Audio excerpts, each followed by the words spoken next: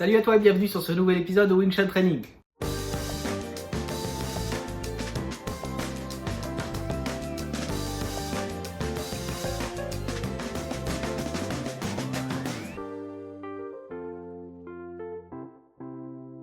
Aujourd'hui, on va voir le Lan Sao. Parmi toutes les applications du Lan Sao, on va pouvoir l'utiliser par exemple comme une technique pour mettre de la pression sur les bras de l'adversaire ou comme une technique de percussion selon la situation. Le Lan Sao, on va le retrouver dans la 4e section de Siu Nim Tao. Si je reprends ma ligne centrale, je vais venir placer mon Lan Sao environ ici, à peu près à la moitié de mon avant-bras. Je vais ensuite utiliser mon Lan Sao sur l'ensemble de mon avant-bras. Ici, si le bâton représente mon Lan Sao, il peut servir par exemple, si je rencontre un bras, à venir écraser le bras de l'adversaire et mettre de la pression sur l'adversaire. De la garde classique, je vais venir ramener ma main comme ceci. Je fais attention à avoir un angle ici de 90 degrés sous mon épaule. Ici, 90 degrés également. Et au niveau du coude, aussi minimum 90 degrés. Pour utiliser le Lan Sao au niveau de mon épaule, je vais bien mettre mon épaule vers l'avant tout en utilisant mes dorsaux afin de bien conserver ma structure et d'être bien puissant. Au niveau du coude, celui-ci doit avoir un angle d'environ 90 degrés. Si je suis un peu trop au-dessus, ça va se transformer en Biu-Fak. Et si je suis inférieur à 90 degrés, ça va se transformer en coup de coude. Ce sont des très bonnes techniques également, mais le Lan Sao ici va me permettre d'avoir une grande surface de contact. En ce qui concerne le poignet, je dois, comme dans le Fak Sao, venir accompagner le mouvement pour donner de la puissance à mon Lan Sao. Partons de la garde, Lan Sao, coup de poing, je reviens,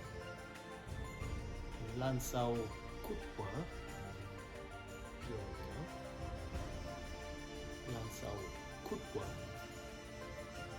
je reviens, Lan Sao, coup de poing, je reviens. Maintenant que tu sais faire ton Lan Sao, on va pouvoir faire des séries de 10. L'idée est de travailler encore une fois doucement et proprement pour pouvoir bien intégrer le mouvement et pouvoir le sortir quand on aura besoin. À ce moment-là, je vais pouvoir varier éventuellement les différentes hauteurs pour pouvoir m'habituer en faisant attention à ne pas monter trop haut pour ne pas commettre d'erreur. Si tu as un mannequin, on va pouvoir l'utiliser également. Je vais donc me placer ici en face du mannequin et venir placer mes Lan Sao ici. L'idée, c'est d'utiliser les mannequins comme vecteurs. Ils vont m'aider à conserver le bon angle. Une fois que je suis ici, hop, je vais exercer une pression. Enfin, je n'exerce pas une pression vers le bas, non, j'exerce une pression vers le mannequin. Mais ici, j'appuie sur les bras pour simuler une résistance d'un bras du partenaire, d'accord, ou de l'adversaire. Voilà. Donc là, je le travaille dans une optique pression sur les bras de l'adversaire. Et je dois bien utiliser toute ma structure. Une fois que je suis ici, connecté, c'est l'ensemble de mon corps qui va venir mettre de la pression. Variante, je peux le travailler aussi sous forme de percussion. Dans ce cas-là, j'aime bien moi me placer devant un seul des bras. Je viens ici et hop, je viens frapper avec mon avant-bras la grosse partie du mannequin. Je peux le travailler avec les deux bras.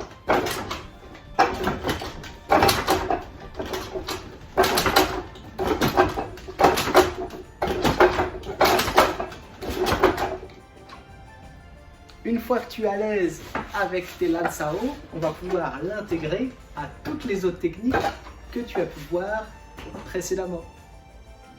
Si tu as un sac de frappe, on va pouvoir l'utiliser également. Une fois que tu es à l'aise avec tes Lan Sao, tu vas pouvoir les travailler devant le mannequin. Donc tu te places ici devant le mannequin et je vais venir travailler mes Lan Sao en faisant attention à ce que ce ne soit pas moi qui recule quand je mets mon Lan Sao, mais non, que ce soit bien le sac de frappe. Moi je dois conserver toujours ma stabilité et ma structure. Une fois que je suis à l'aise, je vais pouvoir rajouter de la vitesse et de la puissance.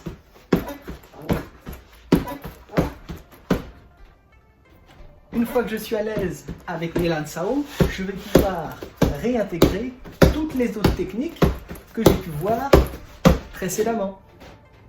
Voilà, c'est terminé pour aujourd'hui. J'espère que ça t'a plu. N'oublie pas de partager la vidéo à tes amis pour qu'ils puissent s'entraîner également. Je te remercie et puis je te dis à bientôt pour le prochain épisode. Bon entraînement!